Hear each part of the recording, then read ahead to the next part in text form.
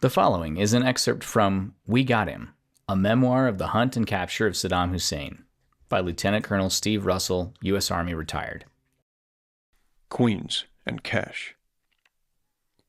We readied ourselves for the next mission based on the information Mahmoud surrendered in his capture. That led back to his original residence in Oja, which was added to a list of 2 other suspected target houses. News of Mahmoud's capture gave Iraqis enough confidence to tell us about a possible safe house for Saddam south of Oja near the Tigris River. I instructed Mark Stauffer to plan raids on the 3 dwellings in Oja since his command was there. To beef up his force, I attached Chris Morris's scout platoon to him for the raids. Chris's troops were needed because part of Mark's company was still attached to the 101st Airborne in Mosul, and some were guarding ammo dumps in the south, which strapped his forces even further. Mark would be in overall command of the 4th target, but some autonomy would be given to Chris to provide the initial force to cordon the farm until Mark's troops could arrive following their house raids in Oja. I alerted the battalion mortars and gathered what air support Colonel Hickey was able to secure for us. My other companies would continue their combat patrols if Tikrit. We would execute the raids at 0200 on the morning of June 18th. Our forces planned to be in position on the evening of the 17th to avoid raising suspicion in the targeted areas. It was going to be another long and busy night. Mark opted to use an infantry platoon on the Oja houses. 2 of the houses were adjacent to each other and could easily be grouped together. By arranging his forces in proximity to the Mahmoud house, he could provide mutual support to his forces and still hit each objective. Chris Morris announced that, after the strike in Oja, his scouts would move to cordon and monitor the farm as Mark's forces closed in from Oja. The idea was to display a lot of activity in Oja in order to catch the farm by surprise. Chris's men would surround it. Mark's soldiers would then raid it. To better support the operation, I relocated 2 mortar tubes near Colonel Hickey's brigade headquarters to increase their range. We had seen the Oja targets before. Mark's troops lived among them, and his main compound, a sports complex in the village, was actually quite near 2 of the houses. The Mahmoud house had been raided by Jack's SOF team and our troops a few nights before. These were all well-constructed and well-appointed houses. Most had 8-foot or higher exterior walls with a single point of entry. The 2 houses near Mark's compound were bordered on the back by a large wooded area, making the possibility of escape a major concern for the troops surrounding the locality. A few miles farther south, the setting was very different. Resting below a bluff several hundred yards from the Tigris, the Hadoshi farm was sorely out of place. The main structure looked ordinary enough, a typical concrete prefab multi-room dwelling with a garage and garden, all facing the west bank of the Tigris. Cattle dotted the field within the wall to the east. A stable was nearby. South of the main structure was a large fish hatchery, and even farther south, and wildly out of place, was a square guest house that dominated the entire compound. The guest quarters, constructed of fine Italian brick and marble, were elaborately trimmed and crowned with expensive chandeliers. It was designed on the order of Saddam's palaces in Tikrit. What was it doing out here? And why weren't the residents living in it? These questions would soon have answers. We led the raid as Jack's guys were interested but still not sure of our intelligence sources. Still, with Saddam as a possible target, some of their guys joined us later, and we were glad to have them. The tactical approach to Muhammad al-Hadoshi's farm was tenuous at best. The access road from the main highway led through a small village called Why Not, the name a source of comic relief for our soldiers. Exiting town, it led downward into a carved-out bluff, which was ideal for an ambush. If we attempted to bypass the main road, which we did, we would have to traverse even narrower dike roads. Any navigational error would result in a fatal plunge into fetid, soaked fields. These were even more vulnerable to ambush. We already had indication that a guard regularly patrolled the farm compound with other guard activity all around it.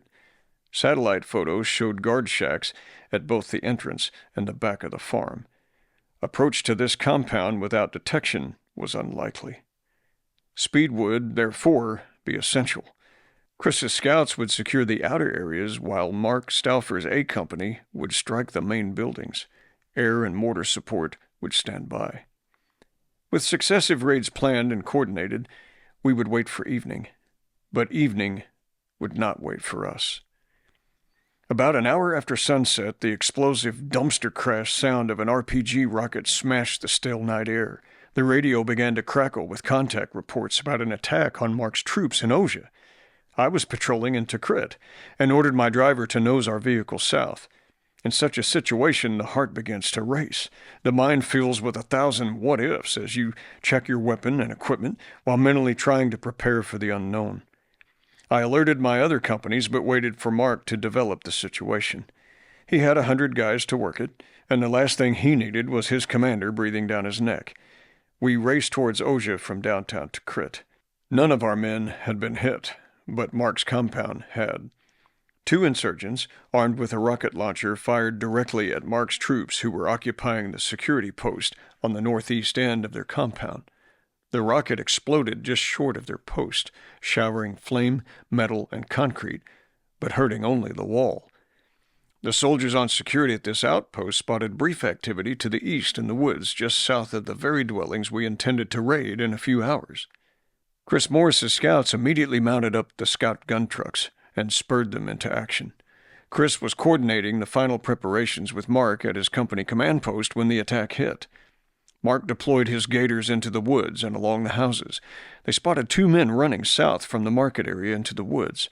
Chris searched farther south in an attempt to cut off anyone trying to flee into the fertile, overgrown river area. I arrived in Ojia to see Mark's Bradleys positioned around part of the area we intended to raid. Chris had a gun truck deployed with them. Soldiers watched walls, roofs, alleys, woods, and streets, while I found Mark to get an update. He told me that First Lieutenant Eric Tapp's soldiers had cleared the 2 houses near the place attackers were believed to have fired the rocket. Our soldiers detained several males from the houses. I put Joe Fillmore to work on them, while Major Mike Rahut relayed reports to Colonel Hickey. Mark said that the attackers likely headed south. All our plans for the night had instantly changed. Any bad guys leisurely going about their business in Ojia would be nervous about our presence, and might have ideas of fleeing before our planned raids, which were still 3 hours away, could be carried out. While we could adjust our plans, it was obvious the enemy had plans of his own that evening. Was this the end of the enemy's attack plans? Was it a diversion? Were there additional enemy cells afoot preparing for an ambush? With these questions in mind, I quickly made a decision. I told Mark and Chris to execute the raids right then. While it was not the fight we anticipated, it was the fight we had, and I believe that we still had the advantage of surprise. The individuals at the target houses would not anticipate our interest in them based on the events that had just transpired, and they would likely be hunkered down. Ironically, one of the houses that our troops had searched in pursuit of the RPG attackers was one of the 2 target houses. We were able to find some very useful photographs, documents, and phone lists there, even though our targeted individual was not found. Mark adjusted his forces. Chris reset his own. Mike Rahut radioed from my command Humvee to Brian Reed at battalion headquarters about the new plan. Colonel Hickey arrived, as he often did when activity spiked. I briefed him on our situation and told him that we were implementing the raids immediately. He agreed. He wandered over to the Iraqis detained by Mark's soldiers and questioned them with the aid of Joe Fillmore, my translator. Within 10 minutes, our soldiers swarmed the remaining houses of our planned raid. Eric's men seized 2 individuals of note, one of whom we were specifically seeking. With the capture of Brigadier General Kafim Jassim Nafar, the night's effort was already worthwhile. Joe and Mark speculated that the men detained from the initial raid were not likely involved in the RPG rocket attack. We freed them. They were just dolphins among the sharks. Wrong people, wrong place, wrong time. I ordered Chris to detach from us and set out for the Hidoshi farm. He had already bagged 1 target, so speed was essential to prevent word from leaking to other possible targets at the Hidoshi farm. I felt good about the evening and was proud of the way Mark's men handled the earlier attack, but I felt a bit of angst about the farm. If Saddam was using it as a safe house, the enemy contact may have decreased our chances of nabbing him due to our change of plans. Such is war. Chris's scouts approached the Hadoshi farm from various points, intending to cordon the area so that Mark's soldiers could search the grounds. It did not play out that way. Because of the difficult approach, the scouts were spotted. Using a fleeting moment of surprise, Chris decided to speed toward the front entrance. As the scouts approached, 2 Iraqi men ran toward their pallets on the ground. The soldiers acted quickly, drawing their weapons on the men. Within moments, the Iraqis were zip-tied and squatted near their pallets. A quick search revealed 2 AK-47 rifles under the makeshift beds.